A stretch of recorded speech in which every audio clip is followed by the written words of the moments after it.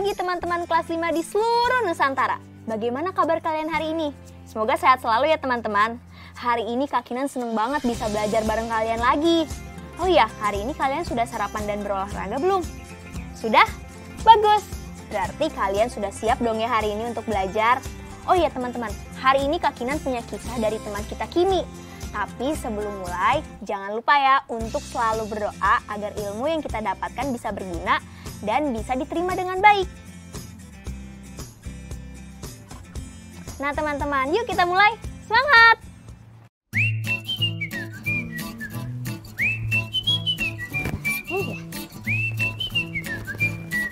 Konferensi musim sejagat. Ayo membaca. Konferensi musim sejagat ditulis oleh Setyaningsih dan Naimatur Rofikoh. Digambar oleh Naimatur Rofikoh.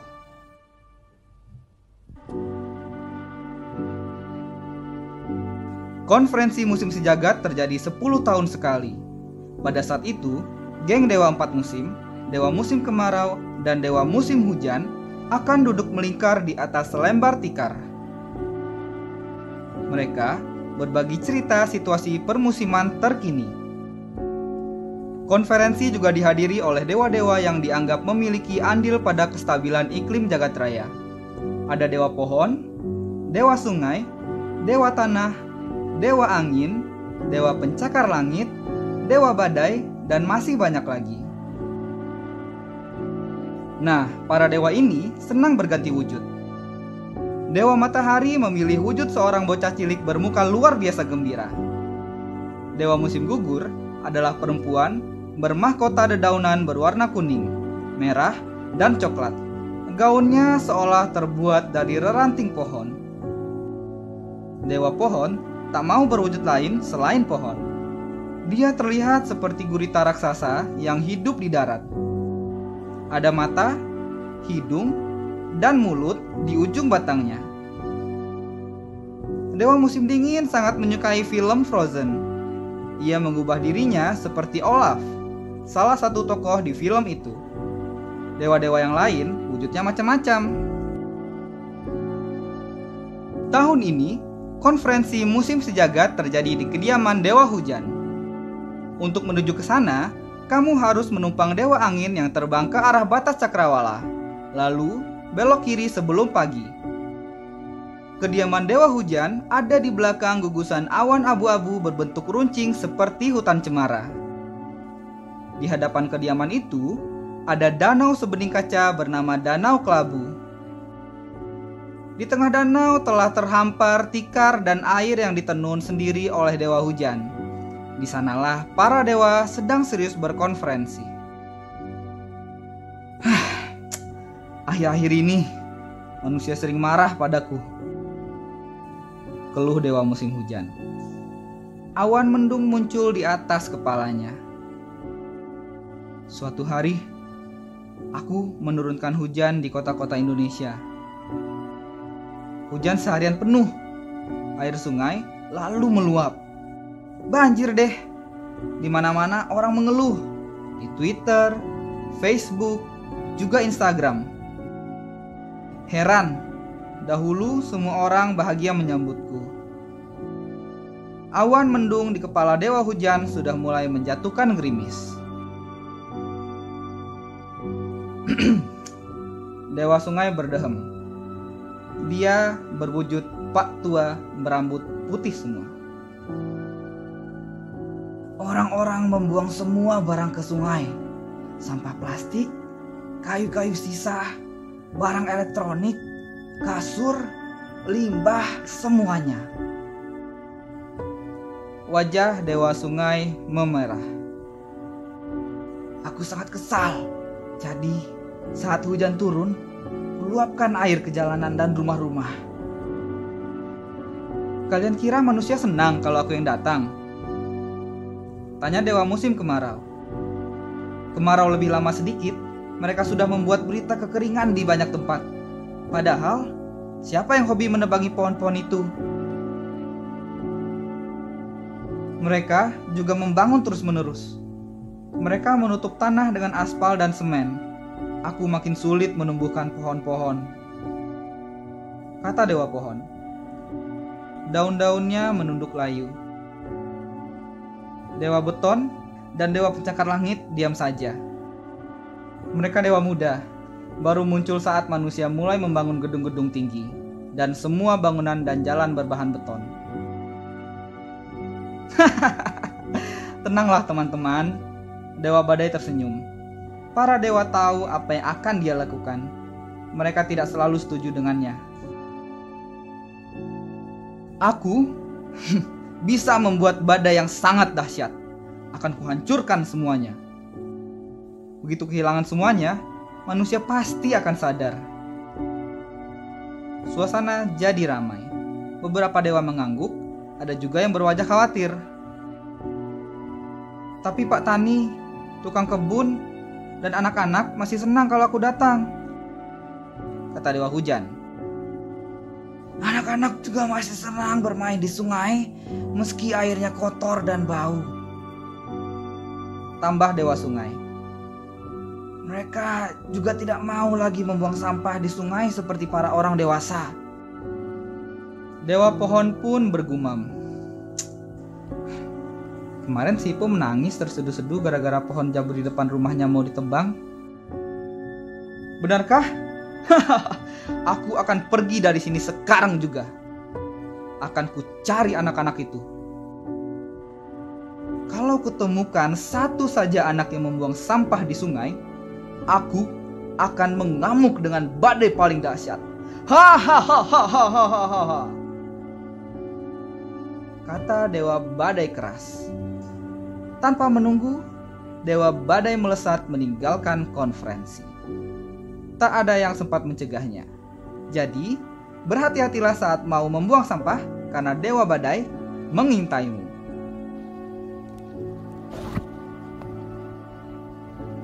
Please Dewa Badai, jangan datang. Kami gak bakal buang sampah sembarangan lagi.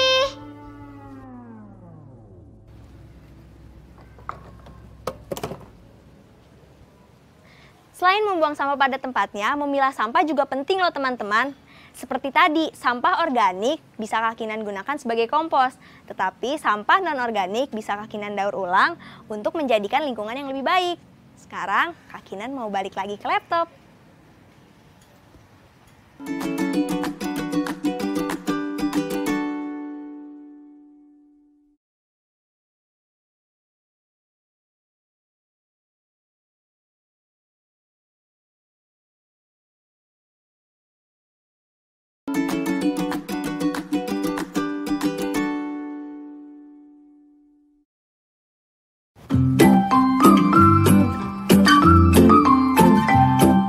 Teman-teman, hari ini aku dan Kario udah janjian lagi nih. Hari ini kita mau ngedit dan ngeliat rekaman siaran beritaku kemarin. Katanya sih Kario mau datang jam 10 teman-teman. Berarti 10 menit lagi. Nah, sambil nunggu Kario datang, aku mau baca-baca artikel dulu teman-teman. Tapi sebelum itu, kita lihat yang satu ini dulu yuk. Ayo mengira. Coba pikirkan sebanyak mungkin pasangan bilangan yang jika dikalikan menghasilkan 120. Tulis di buku kerja kalian ya. Kalau kalian bisa menemukan pasangan bilangan yang lain, boleh kok kalian tambahkan garis pada tabel.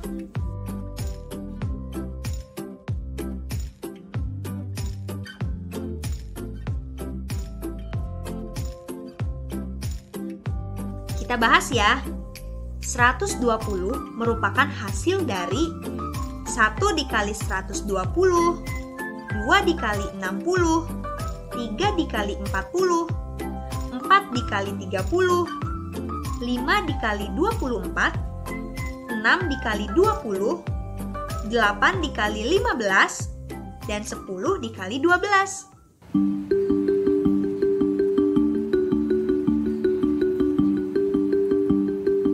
Teman-teman, kalian tahu orangutan kan? Di kota-kota kita sekarang, kita hanya bisa melihat orangutan di kebun binatang saja. Tapi habitat asli mereka itu sebenarnya di hutan-hutan yang sekarang sayangnya semakin sempit. Kasian ya. Ayo membaca. Orangutan adalah jenis kera besar yang berlengan panjang dan berbulu coklat kemerahan. Habitat satwa ini ada di pedalaman Sumatera dan Kalimantan. Saat ini orangutan masuk kategori satwa yang terancam punah. Relawan lingkungan sulit menghitung banyaknya orangutan yang masih tersisa. Namun, dapat diperkirakan saat ini hanya tinggal 57.350 orangutan di Kalimantan dan 14.470 orangutan di Sumatera. Populasi orangutan yang semakin sedikit sangat dipengaruhi oleh hilangnya hutan sebagai tempat tinggal orangutan, maraknya perburuan liar, dan rendahnya reproduksi. Perubahan iklim yang menyebabkan makin mudah terjadinya kebakaran hutan juga makin mendesak tempat hidup orangutan. Menurut yang Kakinan baca, Borneo Orangutan Survival Foundation salah satu yayasan yang merupakan penyelamatan orangutan di Kalimantan.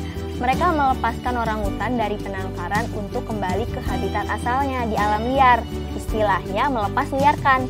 Ini jumlah data orangutan yang telah dilepas liarkan sampai tahun 2019. Dari data dalam tabel ini, kita bisa memperkirakan berapa banyak orangutan yang harus dilepas liarkan sesuai daya tampung hutan yang ada.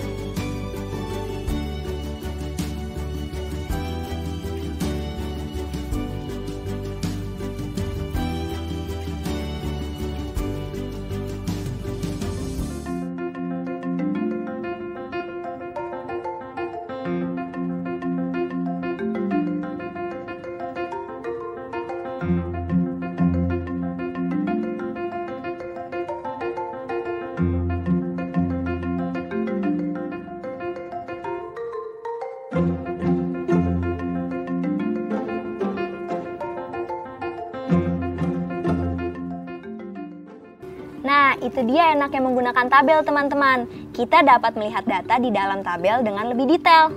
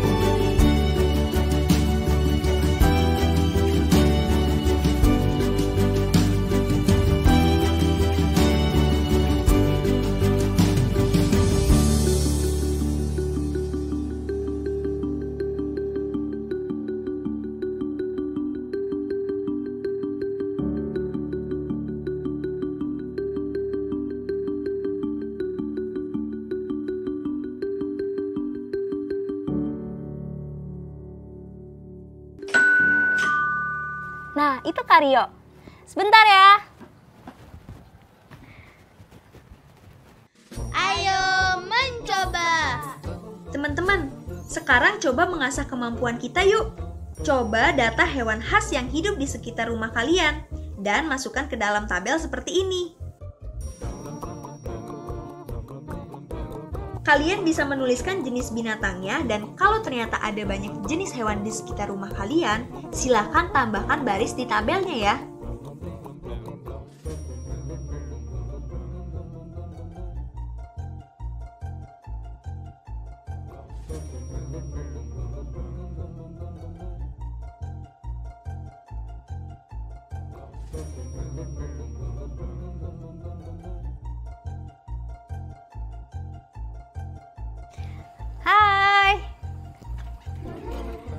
Hai Kinan. Sekarang kita lagi ngebahas soal data nih. Oh, data apa lagi tuh? Ada deh. Teman-teman, setelah kalian selesai mengisi tabelnya, sekarang saatnya kalian membuat diagram batangnya ya, seperti berikut ini.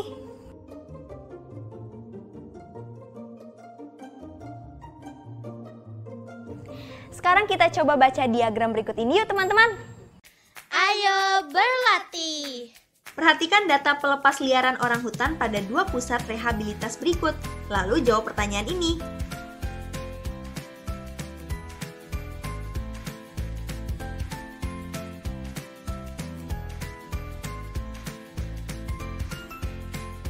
Pada bulan apa orang utan paling banyak dilepas liarkan di Nyaru Menteng?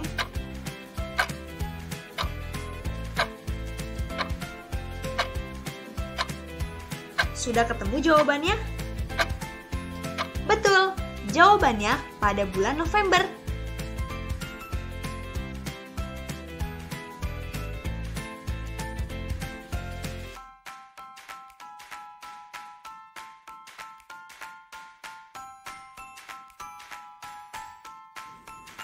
Pada bulan apa orang utan paling banyak dilepas liarkan di Semboja Lestari?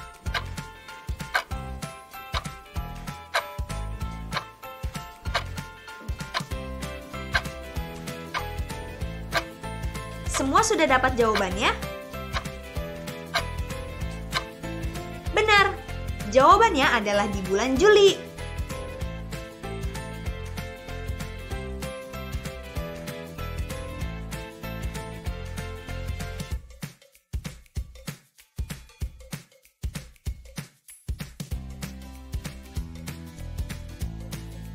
Pertanyaan terakhir. Pada bulan apa tidak ada kegiatan pelepas liaran orangutan di Semboja Lestari?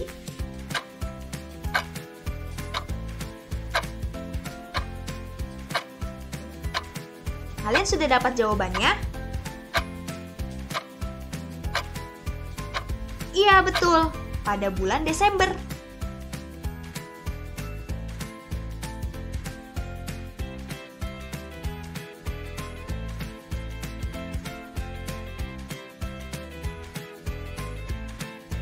Mudah kan membaca data pada diagram batang? Proyek kreatif minggu ini.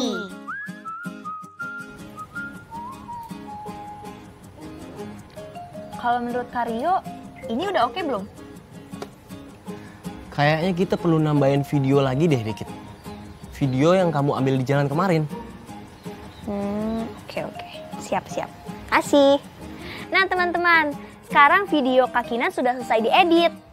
Sekarang, Kak Kinan sedang meminta pendapat Karyo. Kira-kira apa sih yang kurang dari teks berita dan video yang Kak Kinan lakukan kemarin?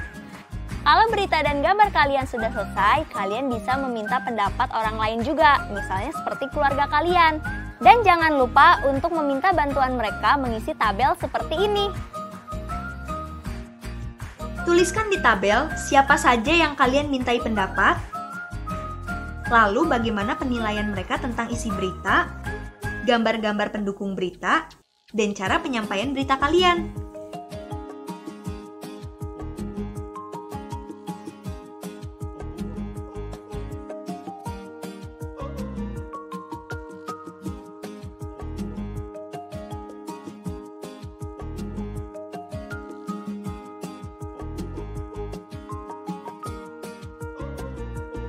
Kak Kinan gak sabar nih membuat siaran berita Kak Kinan menjadi lebih bagus lagi.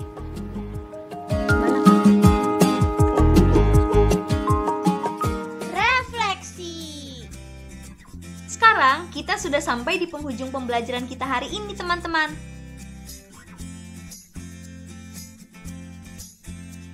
Apa yang bisa kalian petik dari kisah konferensi musim sejagat?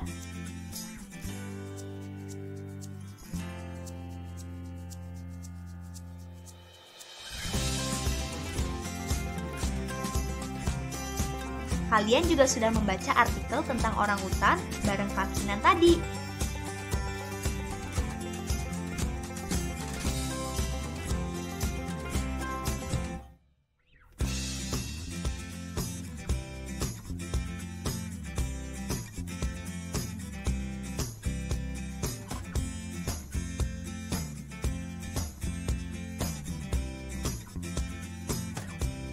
Kalian ingat kan bagaimana kondisi orangutan di Indonesia saat ini?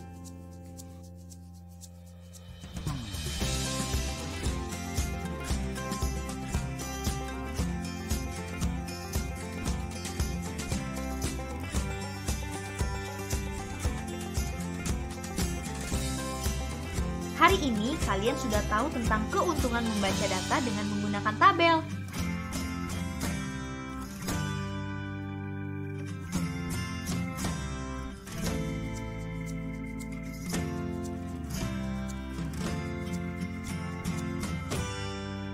Dan tentu saja, kalian juga berlatih membaca data yang ada di diagram batang.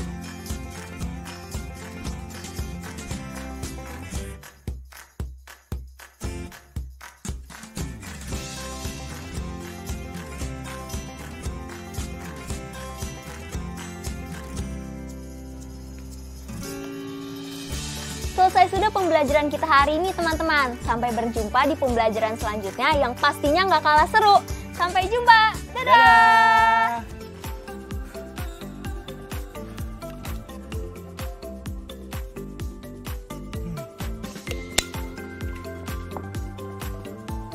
Halo teman-teman kelas 5 di seluruh Nusantara. Apa kabar kalian hari ini? Semoga baik-baik saja ya. Bagaimana? Sudah siap untuk mengikuti pelajaran hari ini? Pasti siap. Sebelum kita mulai belajar, kita berdoa dulu ya. Semoga ilmu yang kita dapat nanti bisa bermanfaat.